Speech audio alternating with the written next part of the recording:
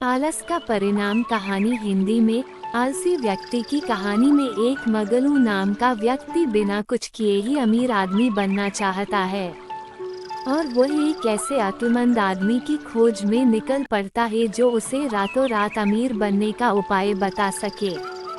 लेकिन वह अपने आलस की वजह से बहुत बड़ी मुसीबत में पड़ जाता है। जानिए इस कहानी में क्या हुआ मगलू के साथ। एक बार की बात है, मगलू नाम का एक व्यक्ति था। वह बड़ा ही आलसी और निकम्मा था। वह कुछ करना ही नहीं चाहता था। हर समय बस काम से जी चुराता रहता था। इसी कारण से उसकी पत्नी और बच्चे भी कितनी ही बार भूखे रह जाते थे, लेकिन उसको कोई असर नहीं होता था। कई बार मगलू की पत्नी उसे डांटती फटकारती थी और कोसते हुए कहा करती थी, तुम बहुत ज्यादा आलसी हो गए हो, तुम कुछ काम धंधा क्यों नहीं करते। लेकिन उसके जवाब में मगलू सिर्फ इतना ही कहता था, मुझे काम करने की कोई जरूरत नहीं है। थोड़ा सा इंतजार करो और फिर देखना कि बिना कुछ किए ही मैं एक दिन इतना अमीर आदमी बन जाऊंगा कि सब लोग दंग रह जाएंगे। उसकी पत्नी उसे समझाते समझाते थक गई थी कि बिना काम किए तुम कभी अमीर नहीं बन सकते। एक रोज मगलू ने यह फैसला किया कि वह किसी अक्लमंद आदमी से मिलकर पूछेगा कि वह एक ही दिन में किस तरह अमीर बन सकता है। इसलिए वह एक ऐसे अक्लमंद व्यक्ति की तलाश में निकल पड़ा जो उसके सवाल का जवाब दे सके। चलते चलते रास्ते में उसे एक भेड़िया मिला। श्रीमान जी, क्या आप मुझे बता सकते हैं कि आप इस समय कहाँ जा रहे हैं? भेड़िए ने मगलू को रोककर पूछा।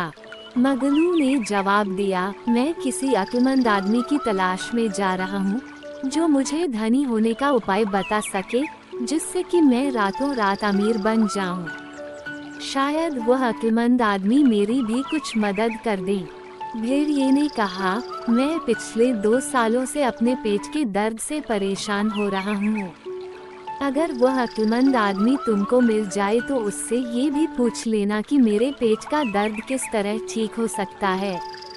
मैं जरूर पूछूंगा, मगलू बोला। उसके पश्चात मगलू 3 दिन और 3 रात बराबर चलता रहा। तब उसे एक सेब का पेड़ दिखाई दिया। श्रीमान जी, आप कहाँ जा रहे हैं? सेब के पेड़ ने पूछा। अरे सेब भाई, मैं किसी ऐसे अक्लमंद आदमी की तलाश में जा रहा हूँ जो मुझे एक दिन में अमीर बनने का उपाय बता सके, ताकि मैं रातों रात अमीर बन जाऊं और लोग मुझे देखकर अचंभित हो जाए कि मैं इतना अमीर कैसे बन गया। उसने बताया, जिस आदमी की तलाश में तुम जा रहे हो, शायद वह अक्लमंद आदमी मेरी भी कुछ मदद कर सके। सेब के पेड़ ने कहा, क्यों भाई, तुम्हें क्या कष्ट है? भाई, हर साल मेरी डालियों में फूल तो खिलते हैं, लेकिन उसमें फल बनने से पहले ही वे मुरझाकर गिर जाते हैं। बुद्धिमान व्यक्ति से यह पूछना कि मुझ में फल कैसे लग सकते हैं। ठीक है सेब भाई, मैं जरूर पूछ लूंगा, मगलू ने कहा। फिर वह 3 दिन और 3 रात लगातार चलता रहा। तब वह एक झील के किनारे पहुंचा। वहां एक मछली ने पानी से बाहर अपना मुंह निकाला और मगलू को देखकर कहने लगी, श्रीमान जी, आप कहाँ जा रहे हैं? क्या मुझे सकते हैं? मैं किसी अक्लमंद आदमी की तलाश में जा रहा हूँ जो मुझे धनी होने का उपाय बता सके, ताकि मैं रातों रात अमीर बन जाऊं और लोग हैरान हो जाएं। शायद वह अक्लमंद आदमी मेरी भी कुछ मदद कर सके। अगर वह तुम्हें मिल जाए तो मेरे बारे में भी पूछ लेना। मछली बोली, क्यों, तुम्हें क्या कष्ट है? भाई साहब, पिछले 2 वर्षों से मैं अपने गले के दर्द से तड़प रही हूँ। कृपया उन व्यक्ति से पूछना कि मैं कैसे ठीक हो सकती हूँ। मछली ने अपनी परेशानी बताई। ठीक है बहन, मैं उस व्यक्ति से तुम्हारे डेक के बारे में जरूर पूछ लूंगा, मगलू ने कहा।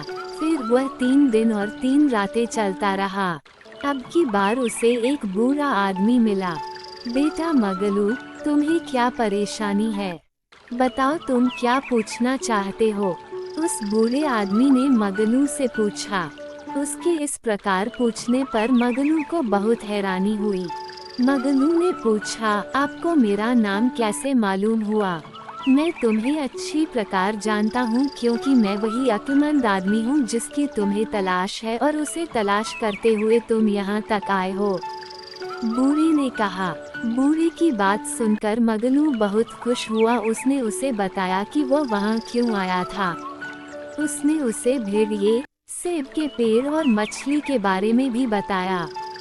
मेरी एक बात ध्यान से सुनो, बुद्धिमान आदमी ने कहा, उस मछली के गले में एक बहुत बड़ा मोती फंसा हुआ है। अगर वह मोती निकाल दिया जाए तो वह ठीक हो जाएगी। जहाँ तक सेब के पेड़ की बात है, उसके नीचे मिट्टी में सोने का एक कलश दबा हुआ है। उस कलश को निकाल देने से उस पर फल लगने शुरू हो जाएंगे। और जहाँ तक भेड़िए का सवाल है, तो अगर वह सबसे पहले मिलने वाले आलसी आदमी को मारकर खा जाए तो वह हमेशा के लिए इस दर्द से छुटकारा प्राप्त कर सकता है। और श्रीमान जी, आपने मेरे लिए क्या उपाय सोचा है? मगलू ने पूछा। जो तुम मुझसे चाहते थे वह तुम्हें मैं पहले ही दे चुका हूँ। गुणी आदमी ने कहा, अब तुम निश्चिंत होकर अपने घर जा सकते हो। जो तुम चाहते हो वो तुम्हें मिल जाएगा। ये सुनकर मगलू बहुत खुश हुआ। उसने बूढ़े आदमी का शुक्रिया अदा किया और घर की तरफ लौट पड़ा। जल्दी ही वह झील के किनारे पर पहुंच गया। तब मछली ने पूछा, क्या अक्लमंद आदमी ने तुम्हें मेरे बारे में कुछ बताया है? हाँ, मगलू ने कहा, उन्होंने बताया है कि तुम्हारे गले में एक मोती अटका हुआ है। अगर वह निकल जाए तो तुम ठीक हो जाओगी। कृपया तुम उस मोती को निकाल दो। मछली ने कहा, वह मोती तुम ही रख लेना। वह बोला, मैं तुम्हारे लिए क्यों परेशान हूँ? मैं तो बिना कुछ किए ही अमीर आदमी बनना चाहता हूँ। तब वह आगे बढ़ा तो सेब का पेड़ मिला। क्या बुद्धिमान व्यक्ति ने तुम्हें मेरे बारे में कुछ बताया है? उसने पूछा। हाँ, बताया है। उसने कहा, तुम्हारी जड़ों के पास मिट्टी में एक सोने का कलश दबाया गया है। अगर उसे बाहर निकाल दिया जाए तो तुम ठीक हो जाओगे। सुनो भाई, तुम उस खजाने को निकाल दो और सारा सोना तुम ही रख लेना। पेड़ ने कहा, मैं तुम्हारी वजह से बिल्कुल परेशान नहीं हो सकता। वह बोला, मैं तो बिना कुछ किए ही अमीर बनना चाहता हूँ। तब वह आगे बढ़ा तो भेड़िया मिला। क्या अक्लमंद व्यक्ति ने तुम्हें मेरे बारे में कुछ बताया? भेड़िए ने प्रश्न किया। हाँ, बताया है। मगलू ने कहा, जो तुम्हें सबसे पहला आलसी मिले तुम उसे खा जाओ। तुम हमेशा हमेशा के लिए ठीक हो जाओगे। भेड़िया सुनकर बड़ा खुश हुआ। उसने मगलू से पूछा, जरा मुझे ये तो बताओ कि तुमने रास्ते में क्या क्या देखा, क्या क्या सुना? मगलू ने उसे मछली और पेड़ के बारे में बता दिया। उसने कहा, मैं उनके लिए भला क्यों परेशान होता? मैं तो बिना कुछ करे ही अमीर आदमी बनना चाहता हूँ। भेड़िए को सारी बात सुनकर बड़ी हैरानी हुई। उसने मन ही मन सोचा, इससे ज्यादा आलसी और कौन हो सकता है। इसलिए एक ही पल में भेड़िया उस पर टूट पड़ा और मारकर खा गया। इस कहानी से हमें ये सीख मिलती है कि किसी को भी आलस नहीं करना चाहिए, क्योंकि आलस का परिणाम बहुत बुरा होता है। मगलू अपने आलसीपन के कारण ही अमीर आदमी नहीं बन पाया और भेड़िए का शिकार बन गया।